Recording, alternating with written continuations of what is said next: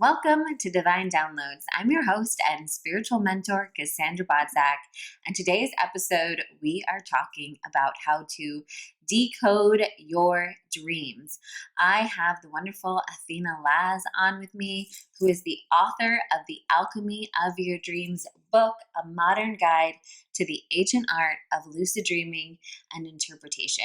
And Athena is going to break it down for us, the different types of dreams, and how we can actually utilize our dreams on our spiritual awakening journey, on our journey to tap into our intuition, our psychic gifts. This episode is so fun, so powerful, and I can't recommend it enough for those of you that are really ready to tap into the messages and the divine downloads that you're receiving from the universe, God, source, at all times. Athena's going to show us how we can unleash the power of being a deliberate dreamer. So without further ado, let's dive in. Athena, I am so excited to have you on the podcast, and we're going to be talking about your latest book, The Alchemy of Your Dreams, and all the ways that we can decode our dreams, both our kind of quote unquote normal dreams and lucid dreaming, and how we can use all of this and really receive all of the messages that we're getting from our divine guidance in our dreams. So first I have to ask you, how did you decide that dreams were going to be your thing? Well, firstly, thank you so much for having me. I'm so excited to speak to you. I feel like dreams picked me to write about them. So originally, I wanted to write a book on intuition and symbols, and I had a small chapter on dreams in that book proposal.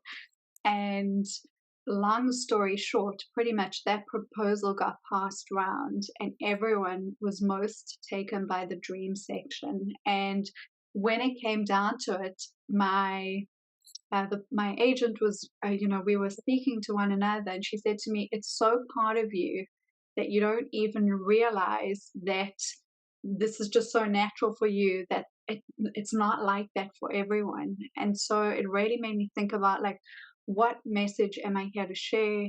What's the easiest pathway, something we all do naturally, and dreaming really is that. And so I refined my writing, and that's how the book came about, and really the orientation. And now, in a sort of full circle moment, the book on intuition and symbols is the book that I'm currently writing. So it's almost like there is balance. I was just well, I feel like there's like, we were just talking about that before we pressed record, about how sometimes it's like there's just like a divine alignment of things that kind of come into place. And it's so funny because I actually had that happen with my second book, similar thing. I shopped around a broader book that had, like, one of the chapters was how powerful meditation was for manifesting. And then it ended up being like a publisher was like, can we just like take that chapter but make it a whole book? Because I feel like and it's like, yes, I can do this. okay. And then it's funny because then of course the same thing. It's like sometimes we need other people to see us. And then as soon as like they called that out, I was also like, that is me. Like that is so me, you know? So I just love that. But one of the things, so I'm so excited to talk to you about all the things about dreaming and about how we can like decode our dreams and different symbols and themes that come up in dreams. Because one of the things that I have noticed throughout my over a decade now, which is like, feels nuts, about being like a coach and in this world, is that when my clients and my friends are on their own spiritual awakening journey. Journaling often happens in it, right? my head. On their own spiritual awakening journey, oftentimes dreams can be one of the first access points. Especially I notice it in, like I said, clients and friends that might have some conscious blocks to receiving some of the psychic messages or trusting the messages that they're receiving, that they'll have these very powerful dreams, sometimes lucid, sometimes not, where they receive this divine guidance, and it feels so profound. And I feel like I've now kind of become, now I like just look for it. And I'm just like, oh, okay. So, pay attention to your dreams, see what's coming through. If they feel, kind of blocked when they're sitting in meditation or they're doing their channel journaling or their prayers, and they're like, I'm not really getting it. I'm like, start doing a dream journal, start paying attention to like what's coming through in your dreams. Cause I really feel like our angels and guides and divine guidance can speak to us in that world. Absolutely. And I feel like this is something that I also share with my community, right? That when we fall asleep, a lot of the time, our ego minds also fall asleep. There's a greater chance in a way for that sort of thinking mind to still be present, but to receive a message, right? So, and I often think, especially at the beginning, when I think about my practice of really sort of awakening spiritually, I really wanted to receive messages. I wanted to be in connection with the divine, with spirit. And that was particularly during a time in my life when I felt very disconnected. And every time I would sit on a meditation mat, I would hear my anxiety would get the better of me. And in that space, it's very hard to receive because the focus then becomes on the thinking mind. Where exactly what you're saying, well, you go to sleep, the pressure's kind of off. You can have an intention that, well, my dreaming will provide me high order guidance, inspiration, insight, whatever the intention is. And that's usually enough for that to work. Because our psyches know what to do, and the non-physical part of us also knows what to do, and then with consistency, the same way, like I know you're great at this, because you teach this so well, but with meditation, then it's the consistency of sitting down and then, okay, well, you're observing the mind and you're seeing whatever thoughts are coming up, but what are the other thoughts that are landing at the same time, and how do they hit differently? And in that feeling space, then oh, well, I can still have a thinking thought, but at the same time receive higher order guidance. It doesn't mean that that the one disappears completely. And so dreaming in a way is exactly like that. So can you explain to us the different types of dreaming? Because I feel like off the bat, there's kind of like what you talked about with, which I'm a big proponent of, is like kind of, I'm going to call it intentional dreaming, right? Where maybe I'll just take a moment before I go to bed and like, since my grandma passed away, I really like to connect with her in the dream space. So when I'm feeling some sort of way, sometimes I'll be like, Grandma, if you're available, I would love to see you tonight, If you've got some time in your schedule, come through. Or like you said, having just like a little intention before you go to bed to say, hey, if there's any guidance around this particular situation I'm working through or whatnot, please come to me in a dream. Let's say unintentional dreaming, right? Because sometimes I'll notice it like with friends and clients, they may not even have set that intention, but then they have kind of a powerful dream that they're feeling called to like unpack or see what's going there. And then there's lucid dreaming, where you're actually like awake in the dream, and there are certain processes you can do to actively engage in that, I think. Right. Yes. Yeah. Are there any other types of dreams that I'm missing? No, so I'd say those are really good examples. There's a range, so we could talk about, but no, you've categorized them beautifully, right? So the unintentional dream space, or let's call these like psyche dreams, right? Those are the kind of everyday dreams you have where, say, someone's chasing you, an anxiety dream, a nightmare, or you're replaying something. It's really of like an emotional or psychological level. And then there's the dreaming with intention, right? I use the word deliberate dreamers, because you become deliberate dreamers, right? But it really is that you're dreaming with intention, and the intent then is whatever the need is before going to sleep, and using that dream guidance that arises in a positive manner, right? So you've got those two kind of categories, and then you said lucid dreaming. You also have dreams like announcing dreams, where you can have a dream that is like a disembodied voice might come to you in a dream, or you might have the experience of a disembodied voice, and it usually announces some type of information, right? And that can happen again with an intention or without an intention. The dreaming space it matches how, in waking life, you could be driving your car, not thinking about receiving information, and then all of a sudden you get this hit like, oh, okay, where did that come from? And it's usually because you're open and receptive, right? So those are the kind of dream categories. And like you said, lucid dreaming is when you are dreaming and you are awake, you have awareness of the fact that something in your dream triggers you to the fact that, well, yes, this is a dream. And you can work in that space consciously.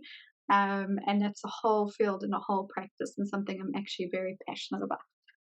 So I want to work our way up to lucid dreaming, because I feel like that's like the grad school of dreaming. It is. but like the elementary school of dreaming we'll begin with is like, how does someone that's listening to this and is like, how do I decipher whether I'm having this dream because it's like an anxiety dream, like a fear dream, playing out either a scenario that like I'm deeply terrified of happening, or I'm playing out maybe a slightly more abstract fear-based, like where my teeth are falling out, or I'm jumping off a cliff, or, something like that maybe I don't have a real, there's like the conscious fear dreams where like I've had dreams where people I love have died in the dream. And I'm very much consciously aware that is like a very conscious fear that I have, right? Versus there's sometimes like, you have a dream with like your teeth falling out or your hair falling out or whatnot, right? And that might be something that, I'll just say for me, like I don't like have a conscious fear of that on a day-to-day basis, right? How do we decipher do we think everything that happens in a dream has guidance, has symbolism? And how do we kind of decipher are there dreams that we kind of should just shake off? And what dreams do we like dive deeper in? So it's a really good question. And I was thinking about this about 2 days ago, right? Do all our dreams have meaning?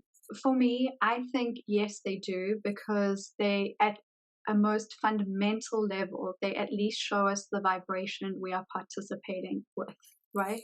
So yes, to backtrack a bit, the best way to begin for anyone watching this who thinks, well, I don't know how to decipher between what is what, the best place to just begin is by journaling your dreams and not really worrying about how to interpret them at the beginning. Just write them down and then note how you feel and any thoughts that kind of link up with the dream, and just leave it at that, right? That's a really good place to begin, because like you're saying, if you have a dream about a deep fear, say losing someone you love, right, that is something that is intrinsic.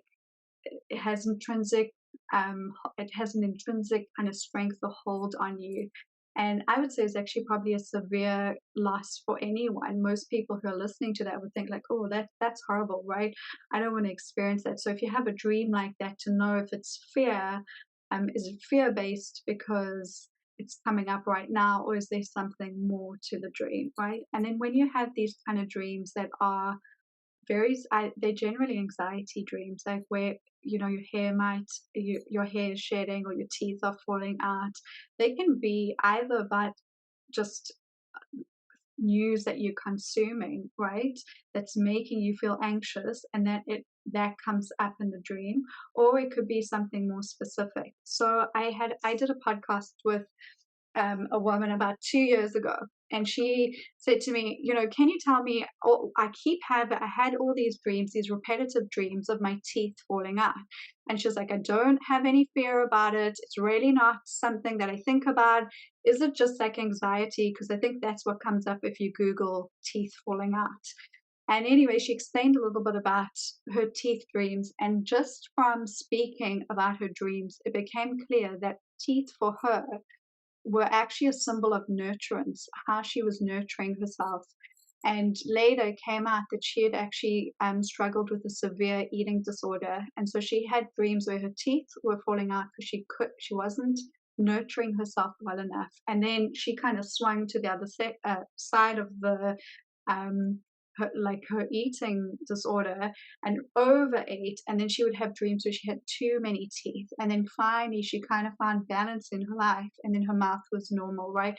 And these dreams, right, they happened over maybe like a 3 or 4 or even longer time period, but they were pivotal dreams. They meant something to her and they really stuck with her. And so I feel like any dream, if anyone's listening to this and it's just like, okay, a dream really sticks with you, then pay attention to it. And you don't have to worry about a right answer. Your psyche and your own non-physical part of you is connecting and speaking with you. If you get the messaging wrong, if you decipher the dream in an incorrect way, right, your dream will come and rectify that. It will speak to you again. So you really can't get it wrong if you are in conversation, right? So as long as you're doing the kind of work of, okay, let me have a 2-minute think about this, that's usually enough for the dream guidance to come up. Do you feel like we ever get, like in the dreams that, let's say, are a little bit more based in reality, I would say, right? So I would see, like, if we have like not that like hair loss or teeth things couldn't be based in reality, but generally they're more metaphorical, right? In a dream, like in a dream with like a loved one passing, or a dream where maybe like, I don't know, you lose your job, or your boyfriend's cheating on you, or your girlfriend does whatever, your business partner's stealing money, something like that. You're like, shit, that could happen, right?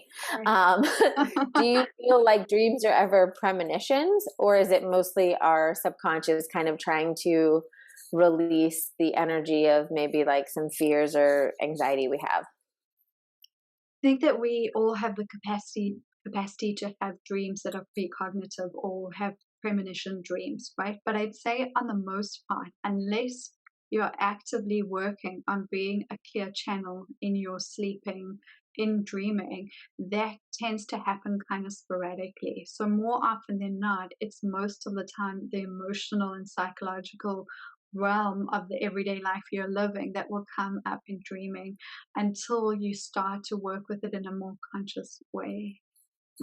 So it's both, right? You can have both. Someone, and even in the same night, you could have an anxiety dream, wake up, go to sleep, and then have a dream that's precognitive in nature. What I've found mainly for me, every time I've had a dream that has spoken about something in the future, it feels different.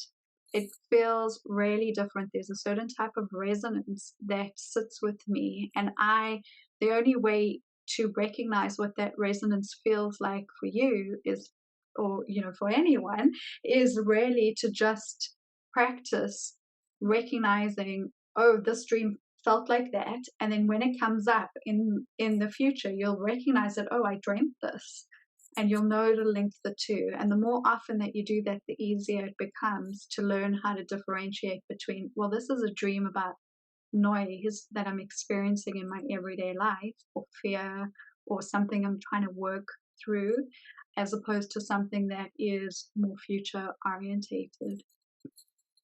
I love that. And for me, when I had 2 significant dreams that were the same person that I love passing away. And that person is very much alive and fine. And both were very different, but both, like, for me, when I woke up, because it felt so real in the dream, when I woke up, I just had to ask myself, okay, well, if that was a premonition, what would I do? If there's anything I can do, right, in this moment. And so I don't know that, I don't think now, because it hasn't, those were happened many years ago, those dreams. It didn't play out, but I think that helped bring me peace, was to just be like, I called them up and was like, hey, this is really crazy. I had this dream. And it would make me feel like, are you feeling okay? If you feel anything off, like, just don't don't risk it. You kind of, I don't know, I just tried to cover my bases. But are there any, like, in your work with dreams, any like overarching symbols or themes that you've come across that are kind of like messages that you feel like a lot of us might get? I think that the more intense it gets with the collective atmosphere, I think a lot more people are dreaming about the collective and maybe not realize it, or realizing it but not really knowing what to do with it. And kind of much like your dream of dreaming about someone you care about passing away, it's such a good way of looking at it as well. What can I do with this, right? So if you wake up and you have a dream of, like a lot of people have been telling me about, dreaming of floods, or dreaming of violence, and not people who are particularly news orientated. So it's not like they're watching news and then going to sleep straight after, and that's just like a replay of what they've seen. And I really feel like a good question, like you're saying, is, well, what do I do with this? And so if it feel well, this is a really hard scene or dream to witness. This is really hard to be part of, to participate in, because even if you're just dreaming it, you are in a way participating with it in your consciousness, right? It has appeared, I would say, for a reason, even if that is just on a witnessing level. So, well, okay, you can think about being peaceful. You can think about that place and the people or whatever you've witnessed being in peace. You can take that image and turn it into an image that is one of well-being, right? And that is a really powerful practice. And I think that in one of my dream groups that I've run a couple of years ago, I had a group where most of the women who were part of the group had lost their husbands. They had all passed away. And many of them had actually had dreams before it had happened. And now this isn't to make people feel frightened about it, right? But it literally was just one of those collective groups that came together, and the work really was in recognizing how to deal with grief and loss and huge information that can come through dreaming, right? And so if something's going to happen, just because you dream of it doesn't mean that you necessarily have the power, I think, to change it. But right, so especially if it comes to something like grief or loss or death, but you can definitely control how you respond to what you are witnessing, what you are experiencing. And I think it comes back down to, the more I do this work and the more I work with people, it just always comes back down to like the self-compassion and love towards others, because in that space surrendering is much easier, right? Well, it's interesting because one of the theories that I've thought about when it comes to, more like whether it's like a precognition or a fear dream, right, or something you don't know which is which, like for me is actually my father in the dream, right. And he's like, now, I mean, at the time, this was before I even met my husband, but I'm sure now it would be I also have scared. I don't want my husband, anything happen to him, but no, at don't worry, it's not about that. Don't worry. But there was also a part of me that also felt, because I lived that scenario in it felt so real in the dream. And all of the feelings that came up and the panic and all of the stuff. And there was also a part of me that was like, well, whether or not this was like a premonition, maybe this was a way of my guides and angels helping me. Because one of the tools that sometimes I'll do with people when they're manifesting something in their life, right, is like looking into like, well, what's your biggest fear associated with going for it, right? Well, if I actually go for it and I, launch my stand-up comedy tour or whatever it is, right, my HBO special, and I actually get it, then what if I get it and I get horrible reviews and everyone says I'm the worst comedian in the world and I get canceled publicly or whatever their big fear is, right? Right. I'll often like lead them in an exercise of like, can we just go there? Like, let's just go there. Yeah. Let's just be there. Let's feel it. Let's feel how awful it feels. All the things that coming up. If you finally achieve that dream and then everyone decides they hate you or whatever the thing is, right? We all have our life things. That I think sometimes, I also feel like sometimes our dreams can give us that. Yes. Right? Where we can have that experience of something that, whether it is a like grief, loss thing, or it's just like a humiliation, fear, like we end up homeless, like whatever kind of crazy things that, you know, our mind can go to have that experience so that we're like, okay, was it good? Probably not. Did it suck? Probably yes. But did I survive it? I did. Yes. You know? Right. And I feel like with one of the greatest things about dreaming, right, whatever we tend to avoid in our waking life pops up in dreaming, right? So what you're doing is you're saying to people, you have this dream, this goal that you want to reach, and this big fear, whether you're looking at it or not looking at it, is influencing, it's impacting this dream, right? This goal in waking life. Dreaming is like, I'm going to help you see this. And I'm going to help you recognize and witness it. And when you witness it and you actually confront it, it changes. So anytime someone's having a repetitive nightmare, or I would even say a repetitive dream, even if it's kind of great feeling in tone, there is something to it, because that's really the you know, your own psyche and the non-physical part of you saying like, pay attention, there's something here. And if you can witness it and really face it, like you're saying, by going through the motions of the feeling and coming out going through it and then coming out on the other side of it, not getting stuck in that space, those kind of dreams tend to dissipate, right? And the fears tend to lessen, because you go, okay, well, this is a huge fear of mine. That is a huge fear. And that loss would be unbearable and it would be terrible. And wait, I'd still be okay. So like, oh yes, it's both things. It's this and it's that. It's not just the one or the other. And so that's why I think our dreams are so valuable, you know, and that's something that anyone can do with ease. Every time we have nightmares, especially in the West, I feel like we're kind of taught to just go like, oh, it's a nightmare, try and avoid it. Shake it off, yeah. Shake it off, you know, and there's a lot of fear around like, well, if we focus on it, you don't want to like hyper focus on it, but you don't want to avoid it either, because the minute you're avoiding it, you're just repressing things. And then that's when the psyche your dreaming world will get really loud, you know, and you will have crazy dreams. Yeah. Yeah. Yeah. And so on that like kind of theme in a way, how do we intentionally use our dreams to either manifest maybe something we're desiring in our life, or as a way to connect with our guides and angels or psychic abilities? Right. I think the main thing to start with is to just recognize that dreaming and sleep is actually a sacred space. And if people just treat it like that, that is enough to get people going most of the time, right? You don't really have to do much more than that, and naturally it sort of comes.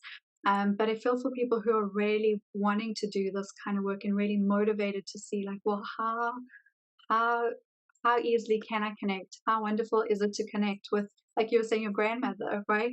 And those things are really possible and doable in the dreaming space in a very active way.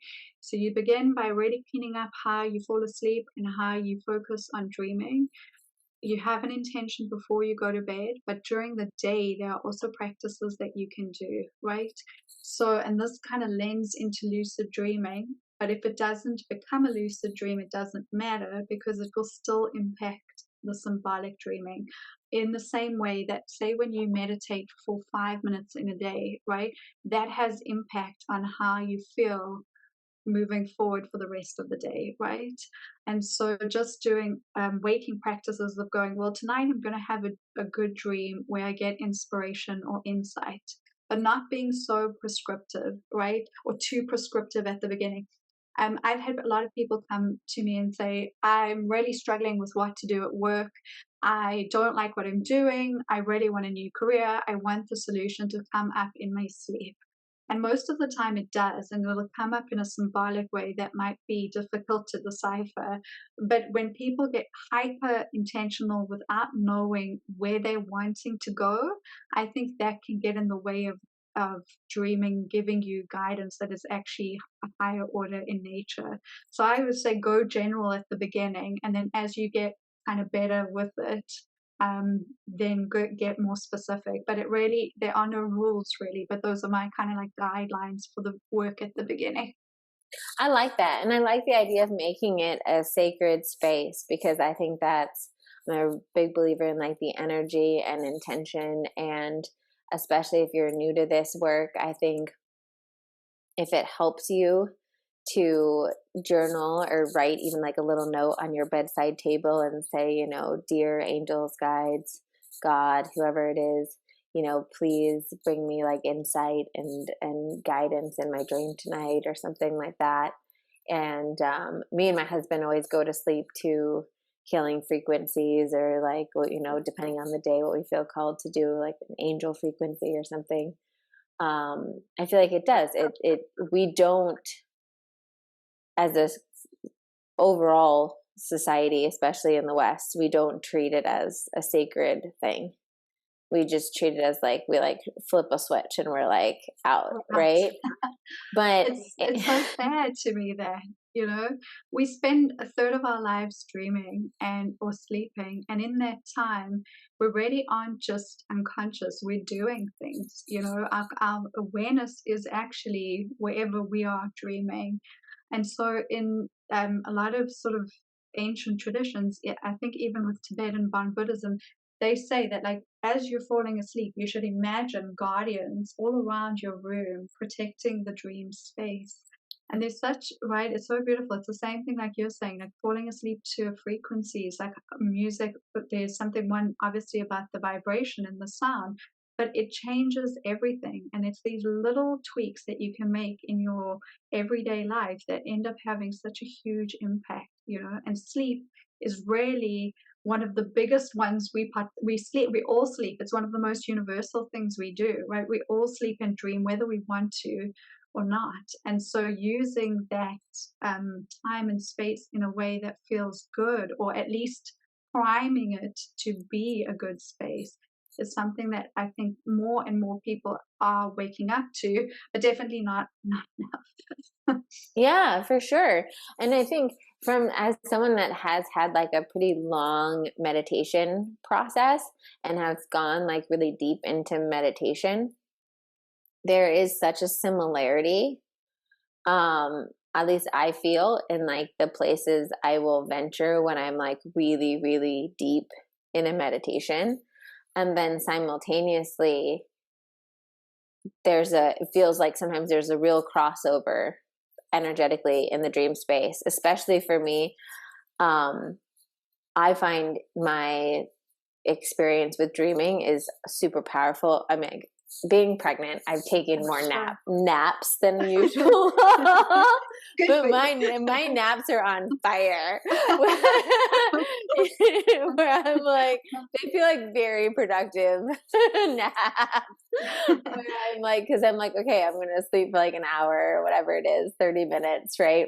And then it's like, it's even easier for me to like go there with an intention and be like, okay, obviously my number one intention is to restore my body, but also, you know, in that moment, if there's anything like for me to receive or guidance or whatever, I find that it's like, because you're in that kind of that liminal state that you get into when you're meditating for a while, when you're kind of like in between worlds, it seems, and you can kind of touch the other side and receive guidance from that in a really beautiful way. Exactly. And I feel there are definitely parallels. Absolutely. Right. I think you can go to the same places in meditation that you can go in dreaming.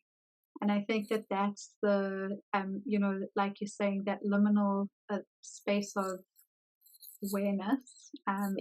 It's actually kind of been proven that it's easier at least to tap into it when you're napping, because you know, you wake yourself up. Most people wake up and they'll be able to recall it better. So napping is great. I'm all for naps. Good for your heart. They literally are. They're good for your heart. They're good for your spirit. They're good for everything. Yeah. And I also tell people, because a lot of times I'll get the feedback if people are, when they're starting to meditate or trying to expand their meditation process, they'll be like, oh, what happens if I fall asleep? And I've always been of the school of like, if you fall asleep, that's what needed to happen. Right. And sometimes we fall asleep because, like you were saying earlier, like that is the easiest way at that point in our journey for us to get out of our ego mind. Right? And so I often find if you find yourself in your meditation practice constantly falling asleep, whether it be for just a brief amount of time, or maybe you're like, wow, I really just like sleep. Maybe you could be very sleep deprived, but for the most part, it's really just because I find that your angels, your guides, your higher self kind of know that you need to be like fully knocked out to get that block out of the way. And then often you can have a really beautiful meditative whatever kind of like dream, because now you've cleared that conscious like ego mind that was like talking about your shopping list or whatever the whole time, right? Exactly.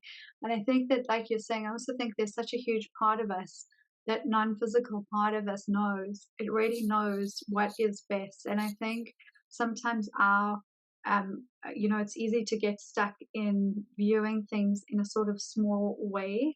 And so you can go to the meditation cushion or fall asleep at night with a great intention that might not come to pass, but something better can happen.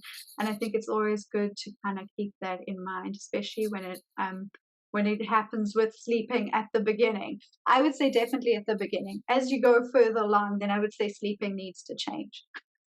Yeah.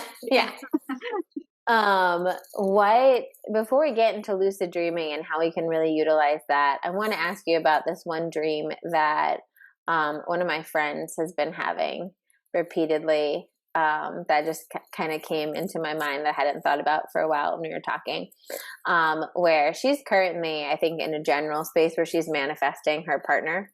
And she's had a couple of these dreams, like different scenarios, but in every dream, she'll kind of feel his presence. She won't be able to see him. And she's assuming that it's her partner. Mm-hmm. But she'll feel this kind of like loving male presence that will either be, it'll be a thing where maybe he's like beside her, but she's facing the other way or whatnot. And so it's never like she fully gets a picture of him or anything like that, but just that she's feeling his energy. And I wonder, like, what would you make of something like that? I would say to her that it's probably really helpful that she hasn't seen him, because she'll be able to feel him in waking life.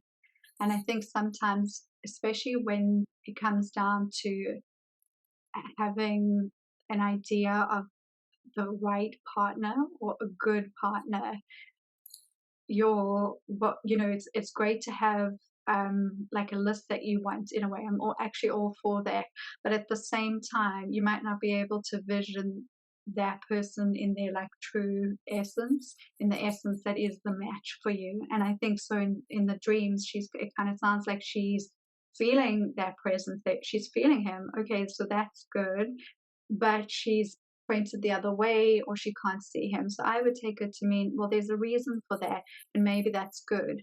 Maybe that's a good reason, that if when she meets him in waking life, she'll be able to recognize him from feeling, not from looks. And maybe that's better, so it's not so pre-subscribed that she's like, well, I've just met you and you don't look like the guy in my dreams.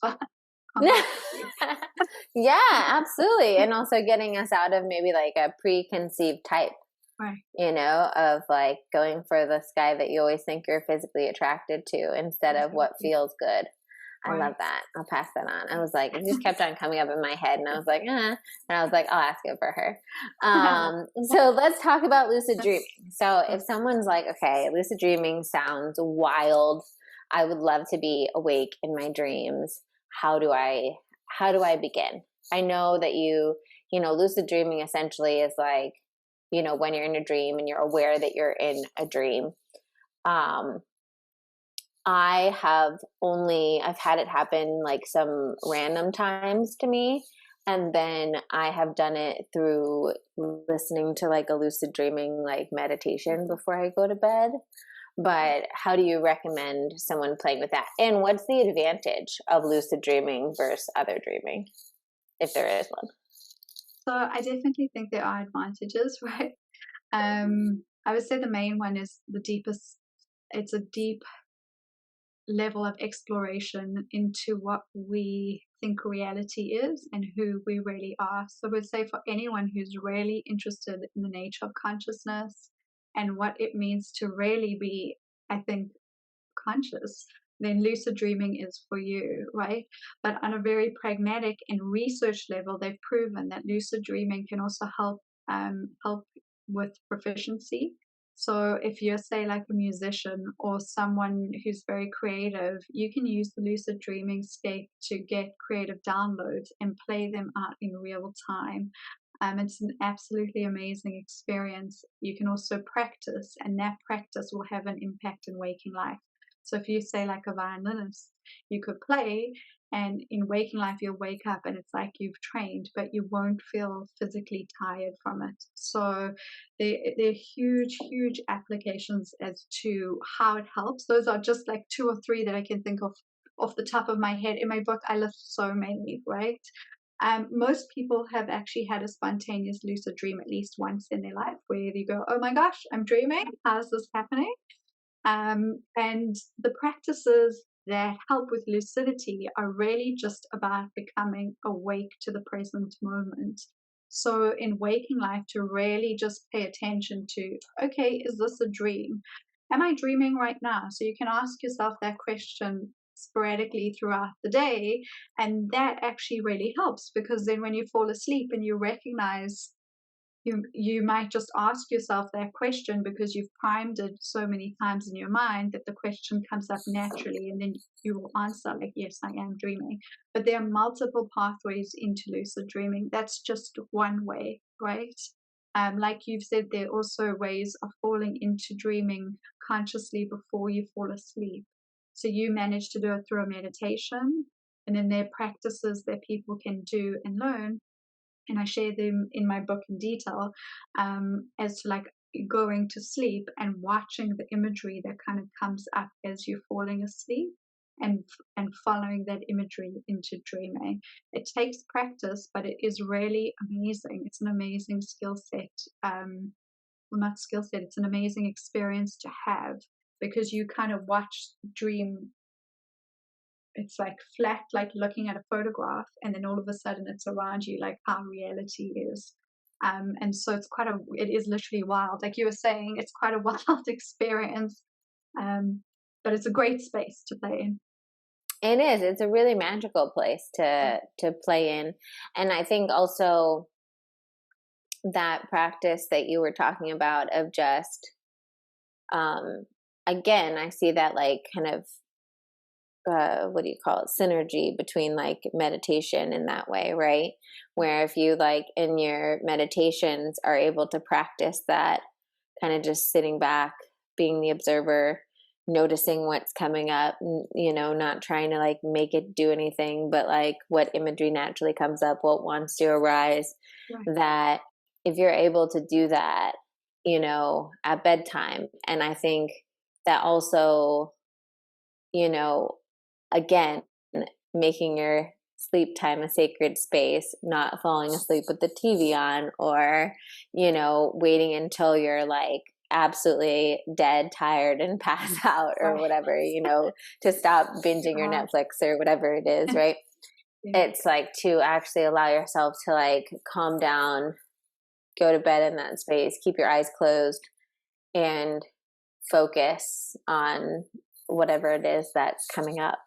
Right. Are there any, I know you said you mentioned a lot in the book, but is there any other kind of simple practice that you would encourage before bedtime that helps people dream better? Definitely. Or be more active in their dreams rather?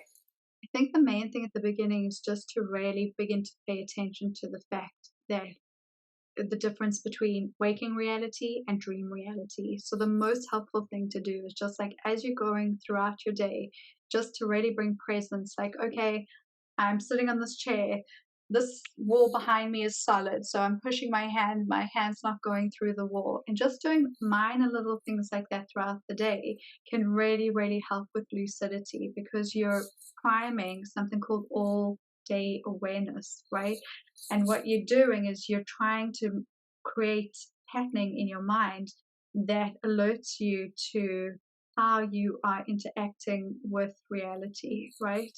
So that patterning follows through into the dreaming space. And then there are also other pathways. You can listen to binaural beats. They're very, very helpful in getting into the frequency of lucidity, or what I would say, body asleep, mind awake, right? So your body is sound asleep, but your awareness is still awake. And you can do that. That really, in many ways, is probably what happens to a lot of people when they're meditating. I'm sure there must be research on this, right?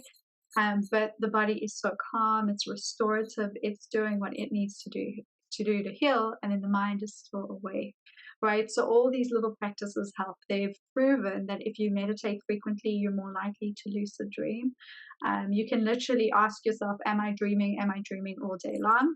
There is one, you push your hand against any solid, a wall, a table, just throughout the day, and ask, am I dreaming? And that usually is enough, you know.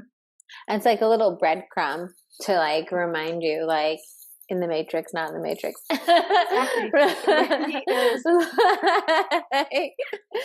Because it is true that there'll be clues. There'll be clues, like whenever I've had, even with my with the dreams that I like intentionally kind of open up to, like where I welcome my grandma in, they'll usually be, not always, but more often than not, at some point there'll be a clue for me that reminds me that it's a dream. Right? That, you know, or rather, I don't like to say, I don't know why I don't like to say that. I try to think of it as not like a dream, but that I'm in a different realm with her, you know, in that moment. So that moment is very much, in my belief, real as my waking reality. But my consciousness is now in another time-space reality that is not this earthly reality where I'm able to interact with her. I love everything you've said about that. To me, those are very, very true words, because I feel like even using the word dream sometimes is minimizing. It takes the impact away, specifically because we're taught that our dreams, often in Western culture, we're taught that our dreams are kind of meaningless, you know. They're not really stuff, they're just noise that we think about. But when you are in deep meditation, when you are connecting on a psychic level, if you are doing any type of mediumship, what you're doing is your conscious awareness is perceiving. You're just choosing to perceive another reality as real as this one. And that is what the dreamscape offers. I don't even like the word altered consciousness anymore, because I feel like the word altered means like you have to alter something drastically, and all you're really doing is you're just pointing your focus in another direction, right? And we've been taught, like, you point your focus here, and all I'm saying is just point it there slightly, and by pointing there slightly, that's usually enough, and most people will run with that. I think sometimes we also unintentionally can make the practices much more complicated than they need to be. Usually the intention to just want to become lucid is enough. And if that's, you know what I mean? Like, and if that's not working, okay, push the wall a couple of times during the day. Don't make it this huge thing, because then that's this barrier that it becomes kind of like self-fulfilling, you know. So it's like, oh, it must be hard. It's hard because you believe it's hard. Just shift, you know. And it becomes absolutely much easier. And it is. It's like these different dimensions, or, you know, I think it's just like different like frequencies we tune into on the radio dial, right?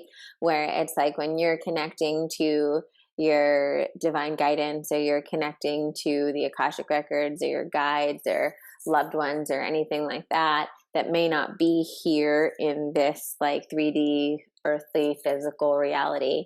We're just attuning our frequency a little bit different so we can hear and connect to something that we don't normally do if we're going to be staying here all the time.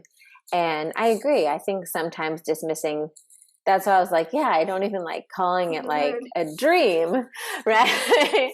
Because it innately kind of makes us feel like it is like a figment of our imagination instead of a very real experience that has, like you said, I think they've done these studies with meditation too, where, or even just visualization, you know, there's been studies done that like people in the hospital, right, that can't move certain parts of their body can imagine themselves like working out, imagine themselves dancing, imagine themselves walking, and they'll actually see the neurological activity kicking up just from going to that, whatever you want to call it, different dimension, different space, different like time space reality, where they're now activating that thing, and then they come back in, whether it's just a visualization or it's like a lucid dream, like the violinist example, and now they have the skills. I mean, as a dancer, I was a dancer growing up for like 15 years, and one of the things all of my teachers would tell me to do is, no matter how much we practice, they would say, before you go to bed at night, run through it in your head one more time. Oh, that's right? amazing. And if you did that, like I used to do it in school a lot, right? Where I wouldn't be really paying attention. And in my head, I'd be going through my little dance routine. But if I knew that if I went through that, even if I didn't have the ability to physically execute the routine throughout the day, because I was in class and I was doing stuff, if I did it 5 times in my head, by the time I got to practice, I would be way better than it was yesterday. Absolutely. Right? Right. It's amazing. So it is amazing. And it's so underutilized, right? It's so underutilized. So incredibly underutilized. And there's such huge impact, right? The more I think about it, I think also the non-physical part of us, right? Which I feel like is the bigger part of us. Our physical part, it's much smaller in comparison, right? In my opinion. So when we're tapping into those spaces, we're fully in that non-physical essence, right? Well, not fully, but we're tapping our conscious, our awareness is with that form. So to me, that's so amazing, because it's like, well, you have that whole support system when you are focusing, okay, on visualizing, but also when you're meditating, and then you're, say, meeting up with someone who has passed on. You are doing that with your greater awareness, with the non-physical part of you, and that intrinsically knows what to do, right? Our perception of what we think that is often gets in the way. I share a story in the book about how Wayne Dyer, who I'm sure most people listening will probably know who he is, but he was this prolific self-help and personal development writer, and he passed away. But he had this experience where he was having a dream, and he was driving. He didn't know he was in the dream. He was driving up to his mom's house, and he gets to the house, and there's something wrong with the door. The like sliding door opened in the wrong way, or something was finicky with it, right? Like that's the anomaly in the dream. And through that, he recognized, oh wow, I'm dreaming. And his mom, who had passed away, was on the other side of the door. She actually opened up the door for him. And he had this whole conversation with her, this amazing conversation, and then was like, wait, no, you look like you're 30. And, you know, when my mom died, she was whatever age. And that like threw him out, and he ended up waking up. And then he went back into the dream, and she appeared in a way that was much easier for him to accept, right? Mm-hmm. An image that was much easier for him to accept. And I think that's the beauty of any sort of symbolic work, whether you're experiencing it through meditation, through dream practices, through whatever frequency practices, from sound, whatever visual things you're getting, the symbols and the imagery that come up are meaningful because it's the way you're relating to your own reality and also to the larger non-physical parts, right? So to me, it's such an incredible space to be in. And I think like with that, it's also, it's like, I feel like so much of our spiritual journey and our awakening around that too. It's like, I've found that like the more comfortable you get in that space, like even that example of how like her kind of appearing so different than how he last remembered her kind of flipped him out of it. And then of course it's like, it is really beautiful, because usually I think one of the beautiful things is that often when that happens, you can get back there, right? If you just like wake up for a little bit, if you immediately bring yourself back, you'll usually pop back in. And I found that like, especially with my grandma, like when she first passed and I started, it was a little bit like she came to me in the way that my consciousness at that time could accept, right? Where it was a little bit more ethereal, a little bit more like what I was like imagining her to be in like spirit form, so to speak. And then like more recently, we're like in this like gorgeous villa in Lisbon and like drinking, you know, sangria or whatever. And it's so obviously not anything that happened. And maybe not. I mean, some people probably did that with my grandma. That was never an experience my grandma had in the physical reality, right? But she was, but because now I'm more open to it, I was able to like be conscious of it, conscious that it was a dream. Right. Or conscious that we were in a different space together, and, you know, be like, roll with it, you know? And I think the more comfortable you get with having different experiences, or even being able to, you know, some people are able to interact with like archangels or different, you know, people like that in their dreams, the more open I think you are able to like sit and hold that energy, the more that can like kind of appear for you. So this show, we always talk about, you know, divinely designing your life and, you know, manifesting the vision you have for your life. I feel like we've hit like so many fascinating, juicy things about dreams. How would you connect the two? How do you feel like you can leverage the power of your dream life to help you shift, change, manifest in your current like physical 3D reality? So I'm a firm believer that the realities we want already exist, and we have to align ourselves with them, right? And in dreaming, that reality is really manageable. So you can use your dream space, even just everyday journaling of dreams, to get an idea of where your vibration is at, where your frequency is at, and then point yourself towards the alignment of the dream that you're wanting. So I'm not sure if that's kind of answered what you asked, but I think that is one of the best ways of linking up the dreaming world with the waking world, right? By recognizing actually dreaming is the non-physical space. It's often the land of possibilities. If you're really wanting a specific possibility to come to play, then focus on the non-physical part of it, and that can make the waking life version easier. You know, and then pragmatic things. If you get insight, you have to take action. So, you know, well, not have to, but it's generally advised that I would say you can get a great idea, say, for a business through a dream. Well, that's what you mentioned in the book, that they got the idea for Google from a dream, Larry Page, right? And it's like, okay. He literally woke up and wrote down, I think he got like the first parts of the code or whatever. There's so many examples of people getting downloads for businesses or music, or so many prolific people, right, who've gone on to do amazing things. And I think we all get these great downloads actually all the time. And the difference is that like he got up and took action on that inspired alignment, right? And I think the thing is that it will keep, you know, you take action, get more insight, take action, get more insight, take action.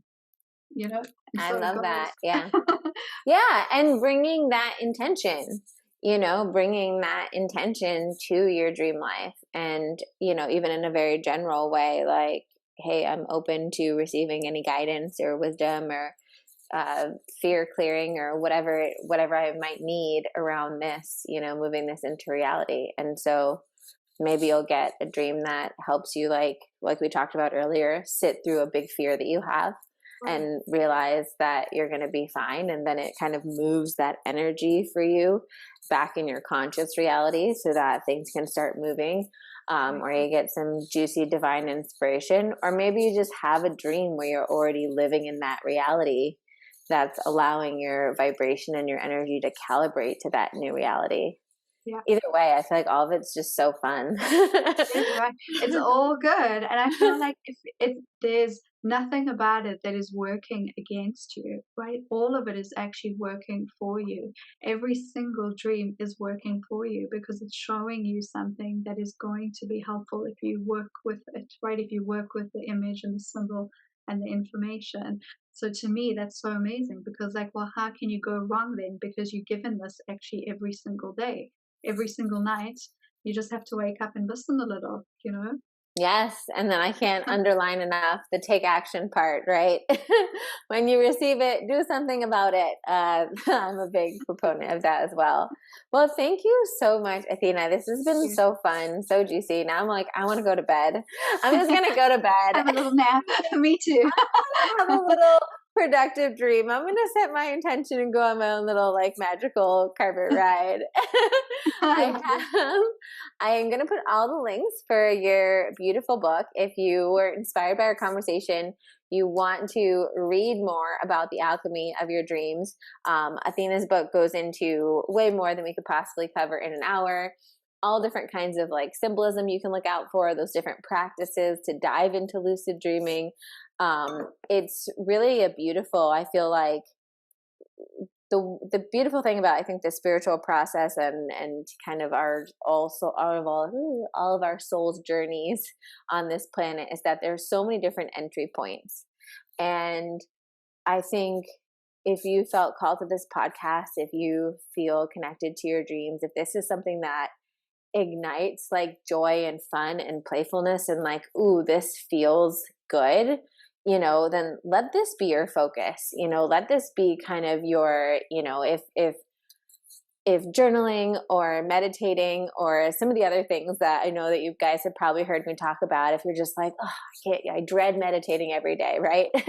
Well, maybe this is your entry point. Maybe start here and dive into your dreams and let that be your spiritual practice for a little bit and help you kind of access this beautiful guidance. What other resources can they get from you, Athena? Where can they get them? So the best place for anyone listening is to go onto my website, which is www.athenalaz.com. I have free downloadable dream journal pages and meditations for falling asleep well, and then all sorts of other resources that people can check out. Wonderful. Well, we'll put the link below so that they can get all of your goodies. And thanks so much for being with us. Thank you. It's always fun. Okay. Thank you all for listening. And like I said, don't forget to check all the links below. Feel free to subscribe and feel free if you want to share a little bit about maybe something that you connected with this episode or a dream that you had. You can tag. I'll put both mine and Athena's Instagram handles below as well. You can tag us and let us know what really hit home for you during this episode. We'd love to know. Thanks for tuning in.